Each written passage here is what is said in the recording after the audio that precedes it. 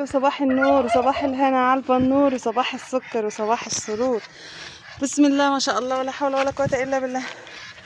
السلام عليكم ورحمة الله وبركاته. ازيكم عاملين ايه؟ اتمنى تكونوا بخير. فيديو جديد ان شاء الله يعجبكم وينال استحسانكم ما شاء الله. اللهم بارك. ما تنسوش لو عجبكم الفيديو تحطوا لنا لايك وكمان كومنت حلو زيكم يفرحنا ويشجعنا، وجزاكم الله عنا كل الخير.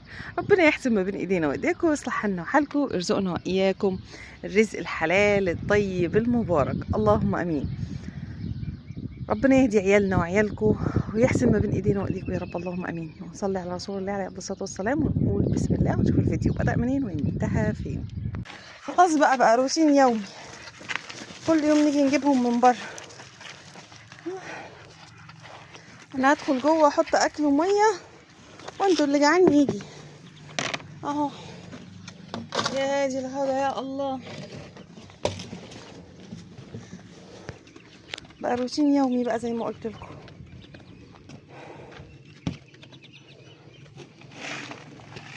ثم جم ورايا، جم ورايا جعانين ولاد اللذينه، بس ايه نعمل فيهم ايه؟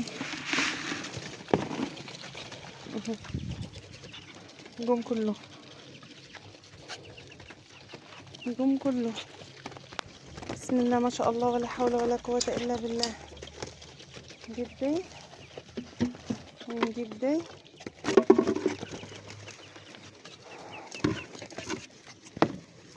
انا بحب احط هنا العلف الناعم على كده. اما نشوف مين اللي محتاج علف. ما شاء الله اللهم بارك. دول مش محتاجين اي حاجة، دول عندهم شوية علف اهم وخلاص كده. بسم الله.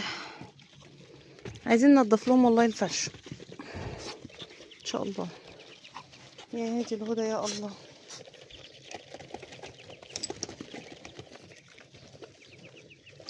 اللي تحت دول بقى عاجنين الدنيا، واول مره اشوفها معجونه كده. بصوا دول جم كلوا من هناك وبعدين جم كلوا من هنا. قدامهم وعيتين اتنين اهم بس هما كده. انت يا ولا انت كركرت يا ولا. تاني تاني تاني يا ولا. دول الفرشه بتاعتهم عايزه تتغير تتغير. طب تعضني من بره. شو ما ينفعش اسيبهم بقى كده كده. ابتدوا ايه يبهدلوا الدنيا، فشويه وهيبقوا عايزين يتشال. بصوا انا مش راضيه افتح الباب عشان خاطر ما ايه ما يفروش. انتوا عارفين اللي فيها. بالنسبه للذكر والنتايه بنعرفهم ازاي؟ بصوا دي نتايه رجلها رفيعه بالنسبه لده وحجمها صغير، فالموضوع ده بيبقى صح بنسبه ده. ممكن نقول ذكر بقه عريض حتى لو هو قليل عن ده، بس هو ذكر. رجليه عريضه اهو. بصوا رجليه عريضه ومنقاره نفسه عريض. دي منقارها رفيع ماشي اهو. بتلاقوه سرح يعني ده ذكر. الابيض دول فيهم اللي هناك دي هي اللي تعتبر نتايه. ف مش عارفه انا احكي ولا اتكلم ولا اقول حاجه. بتلاقوا رجلها رفيعه، النتايه رجلها رفيعه والذكر رجله عريضه وتخينه. بصوا رجليه تخينه كده وتلاقوه مليان وسرحته طويله ومنقاره عريض. فهو مش بيبقى بنسبه 100% ولكن بنسبه 90% بيكون صح. تمام. وبتيجي دي مع ايه؟ مع الخبره، ان احنا بنربي تربيه ورا تربيه. عشان حبيبتي اللي سالتني، بنربي تربيه ورا تربيه وبنبقى شايفينهم من صغرهم ونعرف ان ده بيطلع الذكر وده بيطلع النتايه. لكن علامه مميزه لا، بنسبه 90% بيطلع صح. طيب تعالوا بقى ندخل جوه نشوف الاخبار الدنيا ايه. وبما ان الفيديو بتاعي امبارح عجبكم ف هنتكلم برضو في حاجات برضو زي كده. كان ده انا محتاجه ان انا اوسعه اهو. بصوا انا لميت ده في ده دلوقتي. وعامه البطايه النسكوفي هنا، وكده كده احنا اصلا مش هنزود هنا اهو. ده البيض بتاع البطايه النسكوفي اللي هي السمرا، واحنا مش ناويين نزود تاني. مفيش بطاريه النهارده. انا مش ناويه. بيبقى عندها كام بيضه؟ 2 4 7 10 15 بيضه، ولسه ما تاكلش ريش. 15 بيضه. انا مش ناويه ان انا الرصاص اللي جوه دي مش عارفه اعمل فيها ايه. دي مش عارفه برضه، فهي بيضه. يا اختي جميله، بيضه بيضه هنا. يبقى كده هتبيض البيضه التانيه بقى النهارده. على اخر النهار هتلاقيها بيضاء. ودي رقبه. ما تقومي كده ما ابص على البيضه تحتك. هي لسه قدامها شويه دي عامه. لسه قدامها شويه. يلا انا ببص كده، يعني لو في حاجه زرقاء، حاجه مش عارفه ايه كده. بس انا مش عايزه اربي البطايه الرصاصي دي عشان الصراحه المكان، وانا اصلا كفيت عدد الطيور عشان خاطر لما يبقى حتى رزقه قليل وربنا يبارك فيه. بصوا انا مش هكتر اكل، لان بصوا شايفين في دولار كتير على الارض، بس عشان البطايه البيضه دي على الاقل تاكل. وانا عايزه الحمام والبط يلم الدور اللي على الارض ده، عشان خساره. انا مش بحب الحاجه تخسر مني، مش بحب الحاجه اللي تبوظ. عارفين انا لما بلاقي حاجه عندي زياده اخرجها لحد تاني، ولا ان انا اسيبها. بس ربنا يحسن ما بين ايدينا وايديك يا رب، اللهم امين. يجينا بقى دول جعانين. بصوا لما بيجوعوا بياكلوا كل حاجه، حتى حبايه الذره بياكلوها.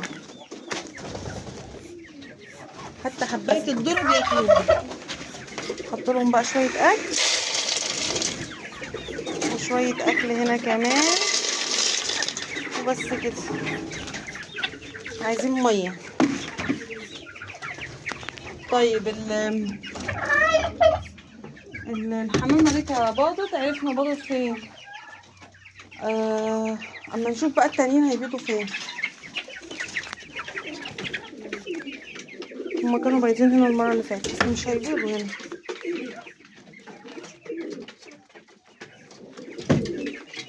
ربنا يحسن ما بين ايدينا وايديكم. بصوا هم جعانين، هما ما شاء الله خلاص بقوا حلوين، وتفاعلوا بقى معاهم في المكان هنا. بصوا الديك الرومي مش عايز حاجه تاكل معاه.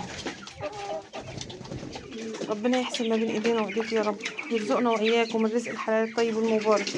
عايزه اقول لكم بقى ايه، حاجه زي الفراخ دي ما شاء الله اللهم بارك. انا جبتهم من السوق اهم، اللهم بارك اللهم بارك. ربنا يرزقنا بالروم. ايه هم عيال.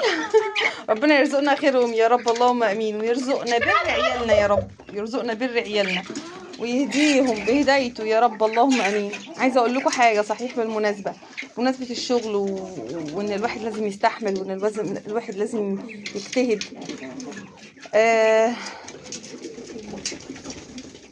يوسف ابني انا قلت لكم ان انا نزلته في مصنع شغل، قلت لكم لو حد نزل عياله شغل يقول لي برضه في الكومنتات.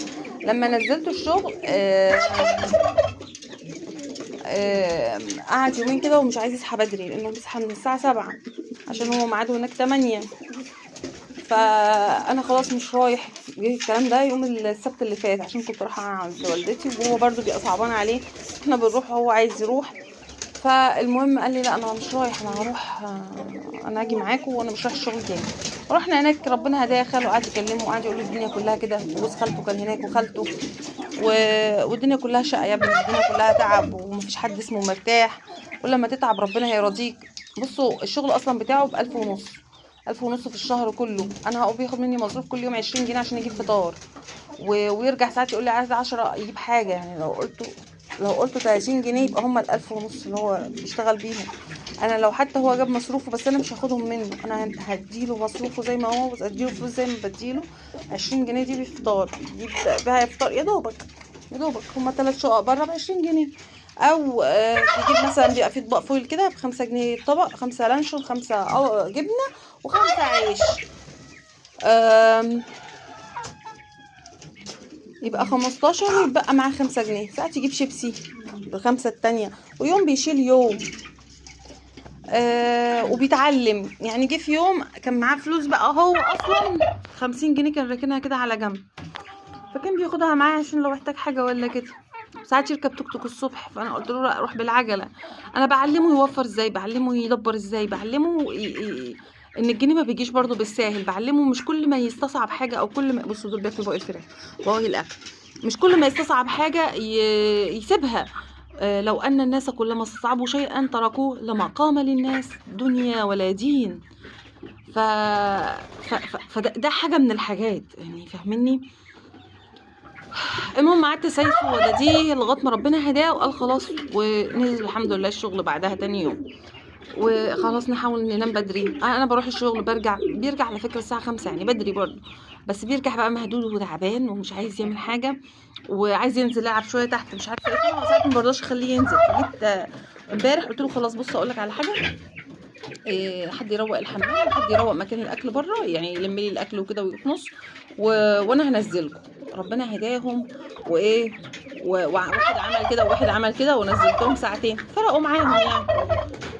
فبصوا، انا مش عايزاه يجيب فلوس، انا عايزاه يتعلم ان هو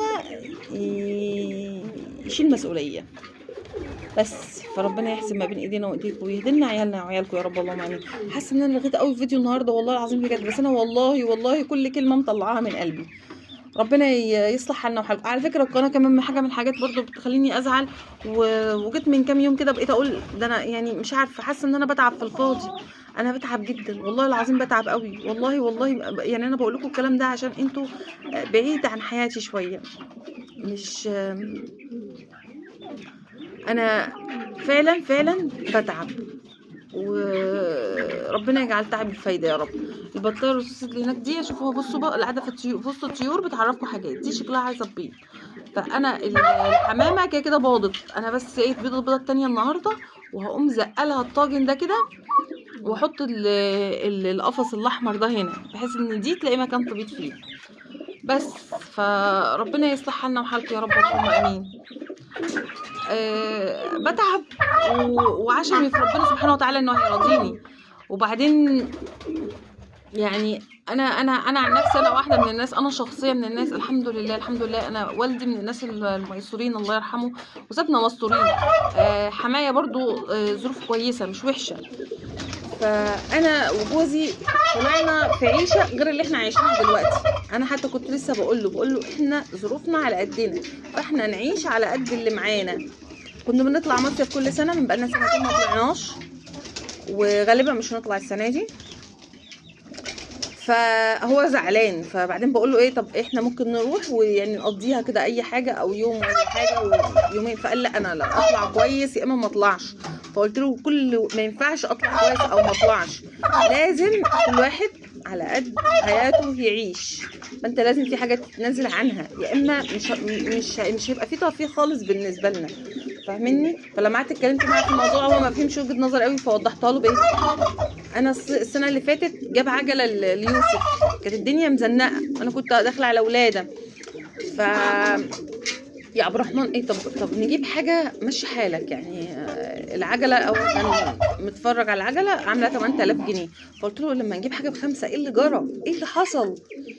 المهم في الاخر لا، اجيب احسن حاجه. الصراحه انا كنت فضلت زعلانه. وبعدين الفلوس، هو كان في فلوس كانت معانا مثلا، والفلوس التانية زنقت من البيت، وفي فلوس اتصرفنا فيها وهكذا. بصوا الذكر الفرنساوي اهو مع النتايه الرصاص اهو. بصوا قاعده في وسط السيوف بتخليكم تشوفوا حاجات كتير برضو. فدول كده كده اصلا هيرجعوا يبيضوا. عدلت بقى انا الحمامه. بصوا عملت ده كده البطه، والحمامه لسه ما بيضتش البيضه التانية اهو. تمام. بس البطه التركي طبعا انتوا عارفين انها راقده، والحمامه ما شاء الله عليها شاطره. عرفت الطريقه. عايزه اقول لكم بقى ان التليفون فصل، وانا بتكلم في الفيديو. المهم ان انا زي ما قلت لكم، جه بقى زوجي جاب ايه، نزل الفراخ البيضاء كده كده. احنا قايلين مش هحط لهم اكل دلوقتي، جاب العجله ام 8000 جنيه. جه ابني شويه عجباه وشويه مش عجباه، وكل ما حد يكلمه انت جايب عجله ب 8000، ما كنت جبت موتوسيكل، ما كنت جبت سكوتر، وهكذا وهكذا.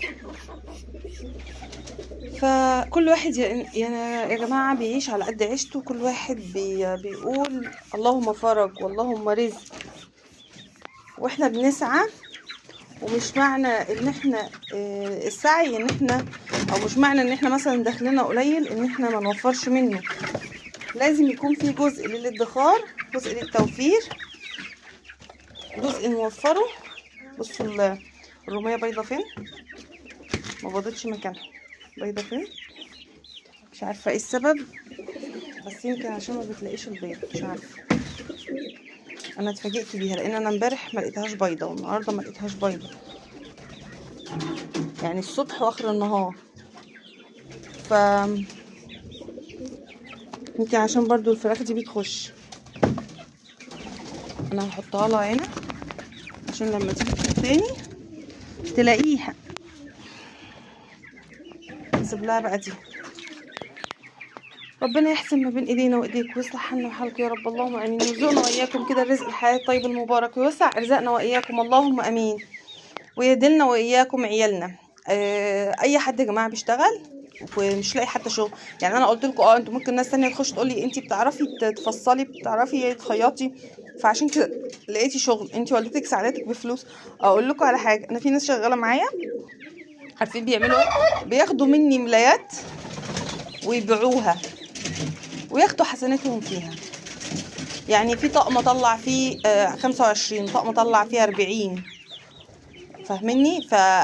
وفي طقم طلع فيه 30، على حسب بقى، طقم اطفال، طقم فلات، طقم كرانيش، ورزق ورزقهم على الله. وتاني حاجه انا مش مغليه اصلا الاسعار، هي بتاخد الطقم هي معاها هدوم مثلا، في ناس بتجيب هدوم، يعني هي معاها هدوم بتلف بيها اصلا، فبتاخد الملايات. المره اللي فاتت لما كنت شغاله في الملايات كان في واحده بتلف في بطقم الملايات بس، كانش معاها اي حاجه، وكان يا عيني عشان بتستحي يا معاها ايتام. ربنا يا رب يصلح حالنا وحال المسلمين كلهم يا رب، اللهم امين. كانت عشان خاطر بتستحي كانت بتاخد الهدوم وتلف في قريه تانية جنبنا هنا عشان ما تلفش في بلدنا، فاهمني؟ مفيش لقمه ومفيش طعام خير من اللي احنا بناكله من عمل ايدينا. ربنا يرزقنا واياكم الخير ويحسن ما بين ايدينا وايديكم ويصلح حالنا وحالكم. حاسه ان انا اليومين دول بقيت رغايه، ولكن اتمنى يكون الفيديوهات اللي بنعملها كويسه. ولو انتوا حابين نتكلم في اي حاجه قولوا لي، ولو حد حابب مساعده في اي حاجه برضو قولوا لي، ولو عايزين افكار لفيديوهات، افكار لمشاريع طيور بنقول من زمان، من ساعه ما فتحنا القناه طيور يا جماعه. ما تساعدوني في القناه بقى، يساعدكم ربنا كده. انا حاسه ان انا اشحت كمان شويه. ساعدوني في القناه، الناس اللي بتتفرج في صمت تكتب لنا كومنت حلو حتى لو ذكر لله، عشان القناه بتاعتي بقالها يعني زياده عن سنتين، داخله في 3 اهي، ما قبضتش منها اصلا، يعني ما باخدش منها حاجه. والله انا اللي بيهون عليا الكلمه الحلوه، وان الفيديوهات دي حتى لو انا مت مش هتكون شاهد عليا، ولكن هتكون ليا بامر الله. يعني الواحد ده اللي بيتمناه وبيبغاه من ربنا سبحانه وتعالى. الفراخ البلدي اهي ما شاء الله اللهم بارك كويسين. الناس يا جماعه اللي كان نفسها في البط التركي وبعيده، وناس كتير اتواصلت معايا على الواتساب والمكان بعيد، فوالله انا غصب عني، انا لو بايدي اديكم كلكم وابعت لكم كلكم، بس انا ماليش في حوار الشحن، وبيصعب عليا الطير الصراحه، اصل ده طير والجو حر فما ينفعش يتشحن، وبالذات الحاجه الكبيره. عارفين لو بط لسه طالع ممكن يكون الموضوع سهل حتى ان حد يجي ياخده ويروح بيه مواصلات مشوار، لانه بيبقى لسه ما كلش وما شربش. انما الحاجه اللي بتاكل وبتشرب وكده لها نفس وروحها مش هتكون طويله. فربنا يصلح حالنا وحالكم ويرزقنا واياكم الرزق الحلال الطيب المبارك يا رب، ويحسن ما بين ايدينا وايديكم يا رب، اللهم امين. ويصلح حالنا وحالكم يا رب العالمين. لغايه كده اقول لكم اشوفكم في فيديو جديد، ومع السلامه.